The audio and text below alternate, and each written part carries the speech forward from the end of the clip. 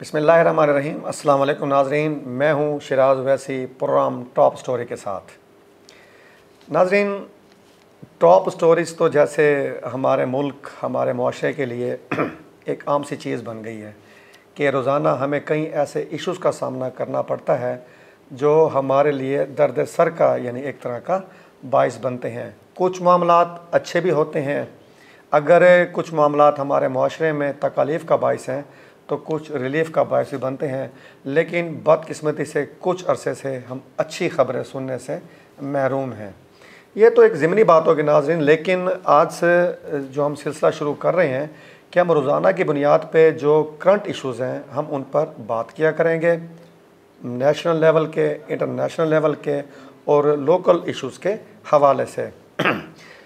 और हमारे साथ मौजूद होंगे सीनियर सहाफ़ी हैं, सीनियर तज़कियाकार हैं, किसी तारुफ़ के मोहताज नहीं हैं, सैयद इज़्ज़ानी गिलानी साहब, जिनसे हम उनकी माहिराना राय लेंगे, तज्ज़ियात लेंगे, तबसरा लेंगे कि जो इश्यूज़ हमें दरपेश हैं, जिन मराहल से हम गुज़र रहे हैं, उनकी वजूहात क्या हैं, इनसे छुटकारा कैसे मुमकिन है, जो इंतज़ामिया है, हुकूमत है, वो इस सिलसिले में क्या किरदार अदा कर रही है। बहुत शुक्रिया इज़्ज़ानी साहब कि आप हमारे साथ मौजूद हैं। हमेशा की तरह हमारी रहनुमाई के लिए, हमें बाखबर रखने के लिए, इशूज़ से, जो इशूज़ के पस पर्दा जो मामलात हैं उनसे आगाह रखने के लिए। इज़्ज़ानी साहब, फ़िलहाल तो करंट इशू है सैलाब का। हमारा तकरीबन पंजाब तो 60 से 70% सैलाब की जद में है और उसकी वजह से जो पूरा मुल्क है वो एक हिजानी कैफियत में मुब्तला है। सर, ताज़ा तरीन क्या सूरत हाल है? सुना है कि जो शेर शाह बंद है उस पर जो पानी का दबाव बड़ा बरकरार है और चंद फुट का फासला है, लेकिन इंतज़ामिया कोई फ़ैसला नहीं कर पा रही इस बंद के बारे में। बिस्मिल्लाहिर्रहमानिर्रहीम। बहुत शुक्रिया वैसे साहब आपका। आज जैसे आपने इंतखाब किया बड़ा अच्छा है। बात यह है कि सैलाब के हवाले से जो हमारी लाखों लोग मुतासर हुए और लाखों ही लोग जानवर घर बेघर हो गए बेचारे, बेसरो सामानी के आलम में वो बहर बैठे हुए हैं, कोई पुरसाने हाल नहीं, कागजी रिलीफ मिल रहा है। कागजी, अच्छा, कागज़ रिलीफ मिल रहा है, यानी कि कोई प्रैक्टिकली अमली रिलीफ की कोई ऐसी बात नहीं है। करीब तक तलब नहीं है। बराए नाम जहरी बात है कि जब भी कोई हमारे अरबाब इख्तियार आते हैं तो उनको कुछ रिलीफ मिल जाता है। जैसे ही वो बस मंज़र से गायब होते हैं और वो रिलीफ, जैसे परसों CM साहब मुल्तान आई तो हमें देखने को मिला कि इंतज़ामिया ने कैंप्स कायम किए, स्टॉल्स लगे इमदाद के, वो जो व्हीकल्स ऑन लगी हुए क्लिनिक के, उसके तमाम ट्रेलर थे। लेकिन जो ही CM साहबा गई वो तमाम जो कैंप्स थे वो समेट दिए गए। कहाँ के मुतासरीन, कहाँ की इमदाद? बिल्कुल ऐसी बात है। आपने वो इलाके को विज़िट करके देख लें। जी जी। आज भी लोग खुलेआम दरख्तों के नीचे सोए पड़े हैं, उनके जानवर पड़े हुए हैं, उनकी खुराक पड़ी हुई है, कोई पुरसाने हाल नहीं है। वो उनको मच्छर काट रहे हैं, मुख्तलिफ़ परेशानियों से दो चार हैं। एक तो उनके घर चले गए, उनका घर तबाह हो गया, गिर गया, सैलाब में आ गया वगैरह वगैरह। लेकिन दूसरी तरफ उनके पास खाने के लाले पड़े हुए हैं। अगर वो खाना कहाँ से खाएं? वहाँ चूल्हे तो नहीं लेके बैठे, सिलेंडर तो नहीं लेके बैठे। बिल्कुल ठीक है। अच्छा, इस तरीके से उनके जानवर हैं, उनका चारा कहाँ से लाएं? चंद दिन और गुजरेंगे इसी कैफियत में तो यकीनन जानवर भी बीमार पड़ जाएंगे, औने पौने वो कटेंगे, वो बिकेंगे। ठीक है। अच्छा, इसी दौरान में कुछ चोर लोग भी मुतहरक हो गए। बिल्कुल, ठीक है ना। पता है अभी मजबूर है, सारी रात कितने दिन जागेंगे आप, कितने दिन ऐसा करेंगे? वो जानवर चोरी हो रहे हैं लोगों के। बिल्कुल जी दानी साहब, हम जब गए ना, हमारी रिपोर्टिंग टीम गई थी सैलाबज़दा इलाकों के, हमने जब विज़िट किया है तो हम बोर्ड्स पे बस्तियों के अंदर तक गए। मुझे एक बड़ी ना एक अलग सी चीज़ देखने में नज़र आई कि सैलाबज़दा जो लोग हैं, तकालीफ मुब्तला हैं, उन तक इमदाद नहीं पहुंच रही, लेकिन वो अपना घर बार छोड़ने को तैयार नहीं है। जान उनके वही बंदे में है, 3-3 फुट का पानी है, लेकिन वो किसी ऊंची जगह पे बैठे हुए हैं। वजह वही कि उनको निज़ाम पे एतबार नहीं, उनको इंतज़ामिया पे एतबार नहीं कि अगर हम यहाँ से चले जाते हैं तो लूट मार होगी, जो भी आप बात कर रहे थे, चोरी चुकारी होगी। बिल्कुल। अच्छा, अब बात यह है कि जो इतना अगर हुकूमत पंजाब ने उनके लिए फ़ंड रखा है, उनके लिए कोई छोटा मोटा राशन है या जो भी चीज़ें हैं, इंतज़ामिया को चाहिए कि उन्हें बर वक्त दिया जाए। बिल्कुल, उसकी चेक एंड बैलेंस हो, उसका कोई तरीक़ाकार हो, ताकि कोई शख्स भी छोटे से लेकर वो उसमें से मुस्तफ़ीद हो रह ना जाए। लेकिन हकीकत यह है कि ऐसा कोई चांस मुझे नज़र नहीं आता कि जो बेचारे सैलाब ज़दगान हैं वो अपनी मदद आपके तहत अपने बचाव को लगे हुए हैं, अपनी मदद आपके तहत वो काम कर रहे हैं। हाँ, ईदी के कुछ लोग काम कर रहे हैं, खिदमत खलक कुछ और जज्बे भी हैं, लेकिन जो तरीका वारदात मैंने देखा वो अक्सर लोग जो है ना सिर्फ सैर सपाटे पे लगे हुए हैं। मिसाल के तौर पे कश्ती भगा के जा रहे हैं, वो एक आदमी को वहाँ खड़ा उसको ला रहे हैं, ठीक है ना, आधा घंटा लग गया, ठीक है, वो उनकी आई चलाई चल रही है। सर फोटो सेशन है और बदकिस्मती से आम बंदे नहीं, जो हमारे अवामी नुमाइंदे हैं। कल एक वीडियो सामने आई कि सैयद अब्दुल कादिर गिलानी साहब और असिस्टेंट कमिश्नर शुजाबाद है सैयद हुमैरा शाह साहिबा, वो दोनों एक बोट पे जनाब जैकेट्स पहने, अच्छा वो ऐसे बोट के अंदर बैठे थे जैसे कोई फ़ोटो शूट हो रहा हो, बाकायदा ब्लैक चश्मे लगे हुए और एक ना ड्रेसिंग ऐसी शानदार किस्म की कि लग ही नहीं रहा था कि वो तकलीफ़ ज़्यादा लोगों की जो तकलीफ़ दूर करने जा रहे हैं। नहीं, उनको इससे क्या लेना देना, उन्हें तो सिर्फ दिखावा है, क्योंकि आगे उन्होंने इलेक्शन में फिर वोट लेना है, ठीक है, और जो बाकी इंतज़ामिया उन्होंने अपनी नौकरी सीधी करनी है, ठीक है, कि ठीक है जी ये देखो जी हम काम कर रहे हैं, ठीक है ना, बज़ाहिर कुछ ऐसा नहीं है,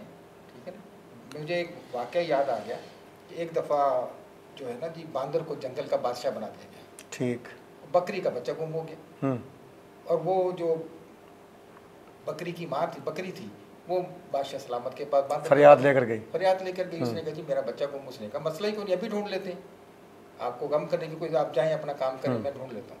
अब वो बेचारी नीचे बैठी, बांदर एक दरख्त से छाल मारे दूसरे पे, दूसरे से मारे तीसरे पे, तीसरे से मारे चौथे पे, वो काफ़ी देर वो देखती रही। आखिरकार उसने पूछा बादशाह सलामत मेरा को, उसने कहा आप मेरी आनियाँ जानियाँ नहीं देख रहे, मैं ढूंढ तो रहा हूँ और मैं क्या करूँ, मिल जाएगा आप टेंशन ना लो।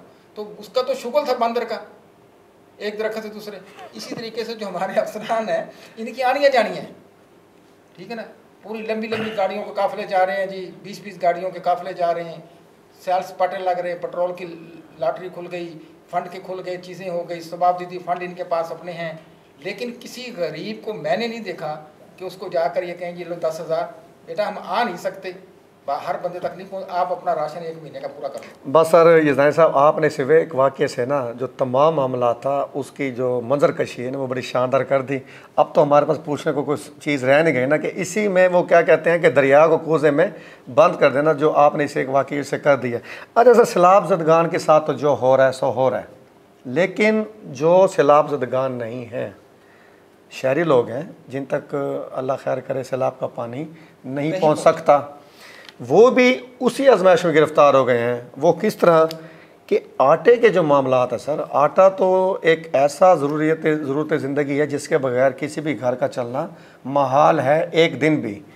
अब ये देखें कि एक हफ़्ता पहले जो आटे का 10 किलो का थैला था 650 रुपये का, वो कल सरकारी रेट 910 रुपये कर दिया है। नोटिफिकेशन तारीख की है बाकायदा गवर्नमेंट ने, यानी कि खुले अगर वो आटा गरीब बंदा जो 2 किलो 3 किलो लेता है वो 100 रुपये किलो आटा लेगा। और कल हमें हमारे रिपोर्टर्स के से जो ख़बरें मिली कि झंग में जहाँ सैलाब के पानी ने काफ़ी हिट किया है वहाँ आटा 150 रुपये किलो तक बिकता रहा है। तो सर हुकूमतों के चलो इंतज़ाम में कि वहाँ तो उन्होंने आनी जानी हैं, क्या यहाँ भी आनी जाने दिखाएँगे? हाँ जी, ये वैसे सब बात ये है कि आपको शायद नहीं पता, आप बेखबर हैं कि ये जो आटा है ये दरिया के अंदर फ्लोर मिले हैं।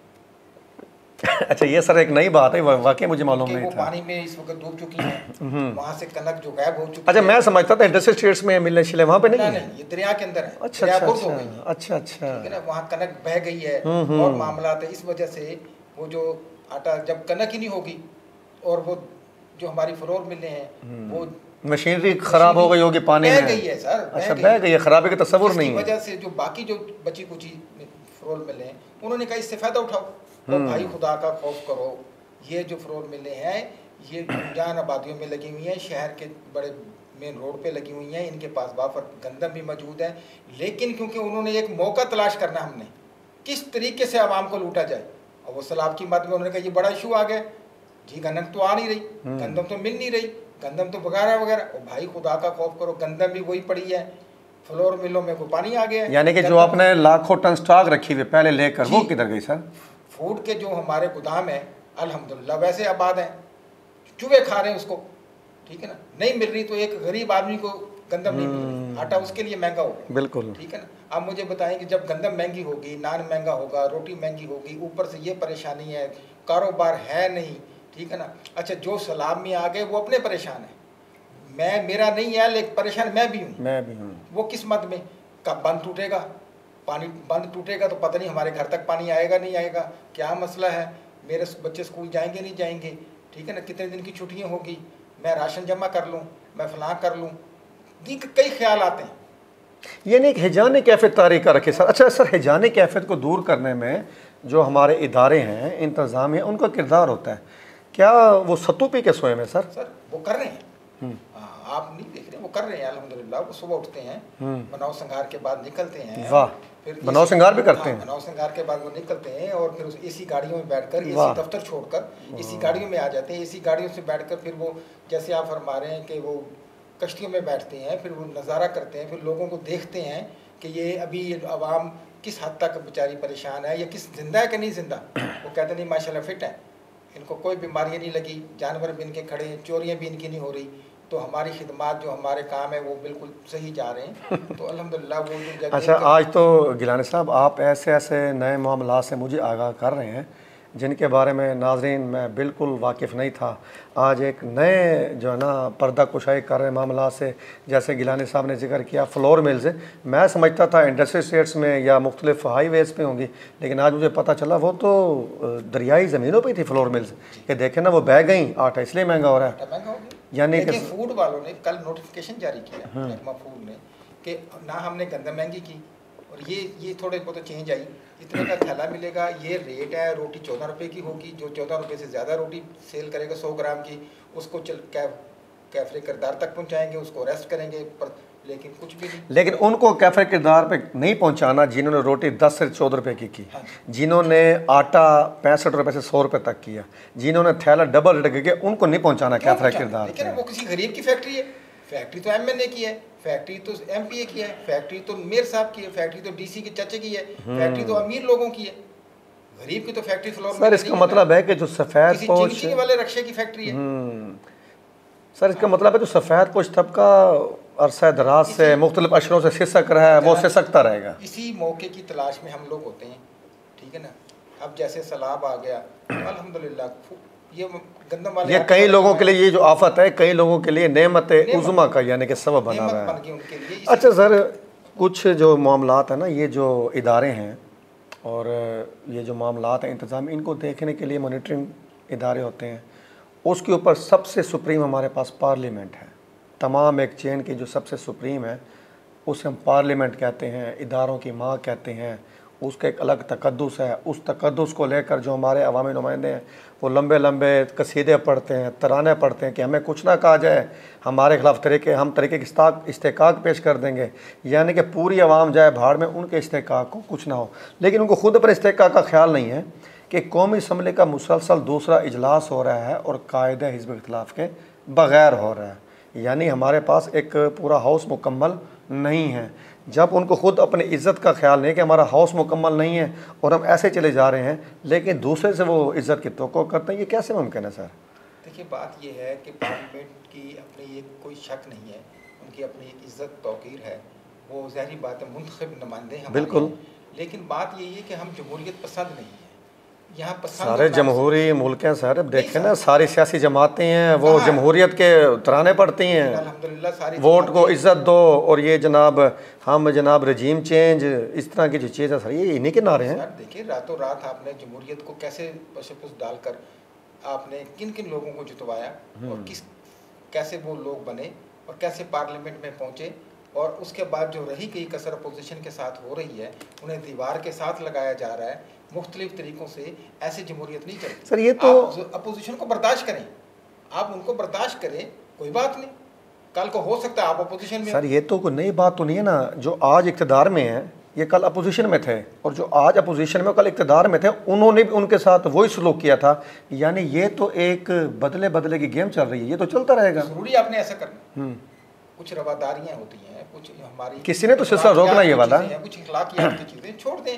मेरे को आपने गाली दी, कोई बात, मैं माफ़ करता हूँ, मैं नहीं गाली देता, लेकिन ऐसा नहीं हो रहा सर। अगर ऐसा हो नहीं होगा तो फिर हमारी नस्ल भी तबाह होगी, फिर वो कौमें भी बर्बाद हो जाती हैं, वो कौमें भी नहीं बचती। खुदा ने आज तक उस कौम की हालत नहीं ना हो जिसको ख्याल अपनी खुद हालत बदलने का। हम अपनी हालत बदलनी चाह रहे तो खुदा कैसे हमारी हालत बदले? बिल्कुल ऐसे है, उसी वक्त बदलेगा कि जब हमारे जो इक़्तिदार के लोग हैं जिन्होंने हमारे मामलात को हलफ दिया है कि इनकी मामलात को हम डील करेंगे, इनकी बच्चों की खैर खाई हम करेंगे, अपने वतन की।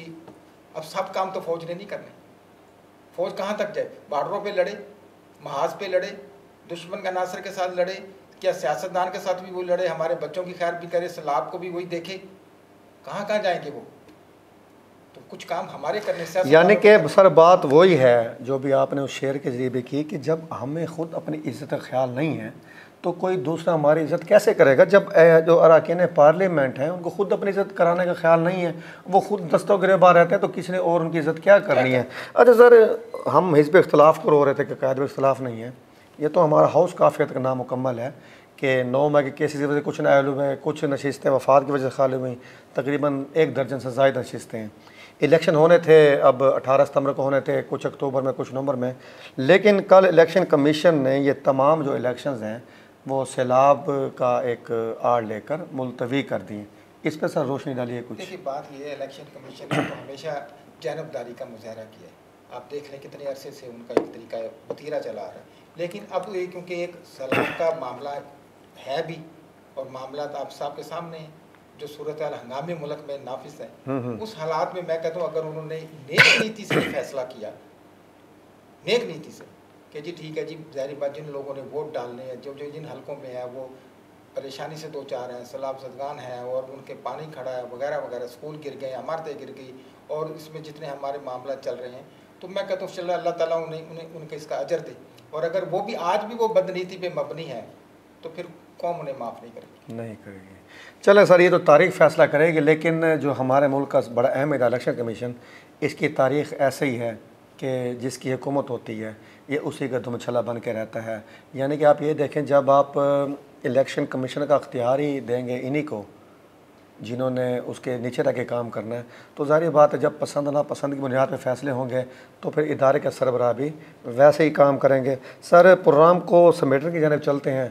हम पहले इस इशू में बात कर लिए, लेकिन अगर हम जनरली थोड़ा बात करें कि मुल्तान सैलाब की कैफियत में है, हम दोबारा सैलाब पे आते हैं कि इंतज़ामिया का क्या किरदार है सर? अब तक क्या किरदार है? मैं कह रहा हूँ इंतज़ामिया कोशिश कर रही है किसी न किसी तरीके से लोगों को कुछ ना कुछ अकोमोडेट किया जाए, लेकिन बात वही आ रही है कि जहाँ अच्छे लोग काम कर रहे हैं वहाँ कुछ लोग बेकार भी हैं। ठीक है, दोनों तरफ से काम हो रहा है, दोनों तरफ से। यानी कि 100% शफाफियत नहीं है। कैसे हो सकती है? मुमकिन नहीं है, मुमकिन नहीं है। देखिए, हमें सबको उसके अंदर शामिल होना पड़ेगा, मुखय्यर हजरात को भी आना पड़ेगा, यानी कि पूरी कौम को मिलकर इस सूरत हाल से निकलने में मदद करना पड़ेगा इस परेशानी में। मैंने जैसे कि अभी कहा कि देखें, क्या सैलाब से निकालने के लिए भी फौज चाहिए? नहीं, हम भी निकाल सकते हैं, बिल्कुल। अच्छा, जो बाकी इदारे हैं, सिविल डिफेंस है, दीगर इदारे हैं, वो किस काम की मर्ज की दीवार, बुनियादी काम ही उनका यही है। साल तो वो बैठ के खाते हैं। अगर उनको एक परेशानी आई गई नागहानी हमारे मुल्क में या हमारे पे, तो भाई वो अपनी दिन रात की ड्यूटियाँ दें। अच्छा, क्या ईदी वालों का काम है? ठीक है, क्या बाकी जो NGOs हैं वो काम करेंगी? वो कहते हैं ये NGOs का काम है, ये मुखय्यर हजरात का काम है, ये फलां फलां का काम है, ये सियासतदानों का काम है। भाई, जो आप शाही काफिला लेके निकलते हैं, एसी कमरों को छोड़कर एसी गाड़ियों में बैठते हैं, तो आपकी ड्यूटी क्या है? आपकी ड्यूटी को पहले चाहिए था कि ये इलाकों में सैलाब आएगा, ये जो लोग आज दर बदर की ठोकरें खा रहे हैं उनको आपने पहले आगाह करना था। आज आप डंडे मार मार के निकाल रहे हैं, ये पहले क्यों नहीं निकाले? ठीक है ना, आप पहले उनको मुतबादल जगहों पर, स्कूल खाली पड़े हुए थे, उनको इत्मीद दें, इत्मीद देते उनको स्कूलों में जहाँ भी आप इनको ठहराते, और उनको अल्लाह के नाम पे, अल्लाह की रज़ा के लिए वाफर फंड आपके पास है, अफसरशाही के पास, उनमें से उनको रोटी पानी दे देते। तो क्या था, 10-20 दिन के अगर वो रोटी खा लेते तो क्या जाता था? आपको देखकर हो सकता है हम जैसे लोग भी उसमें शामिल हो जाते हैं, मोटिवेशन मिलती है, हम भी शामिल हो जाते हैं, हम भी कुछ उनके लिए हेल्प करते, कोई पानी देता, कोई आटा देता, कोई चीनी देती। ये कौम के अंदर आज भी पोटेंशियल है, लेकिन इसको चलाने वाला कोई शख्स मिल जाए, बताने वाला मिल जाए, तो ये कौम आज भी किसी कौम से पीछे नहीं है। लेकिन अफसोस वही है कि वो देख ही नहीं रहे। बिल्कुल बिल्कुल जज़ानी साहब, बहुत शुक्रिया कि आपने बिल्कुल मोटिवेशन का जो किरदार है उसके बारे में आगाही दी कि ये कौम किसी से कम नहीं है। सिर्फ इस कौम को ज़रूरत है एक अच्छे रहनुमा की, एक बाअखलाक यानी कि जो कि किरदार अमली किरदार साबित हो इस कौम की रहनुमाई करने के लिए। यज़दानी साहब, आपने आज जो तबसरा तो किया लेकिन कुछ नई और चौंका देने वाली मालूमात से भी हमें आगाह किया, ख़ुसूसन फ्लोर मिल्स के बारे में। तो हम उम्मीद करते हैं कि आइंदा भी आप हमेशा ऐसे चौंका देने वाली मालूमात से आगाह करते रहेंगे। नाज़रीन, करंट इश्यूज़ का जो हमने सिलसिला शुरू किया है वो इंशाअल्लाह रोज़ाना की बुनियाद पर जारी रहेगा।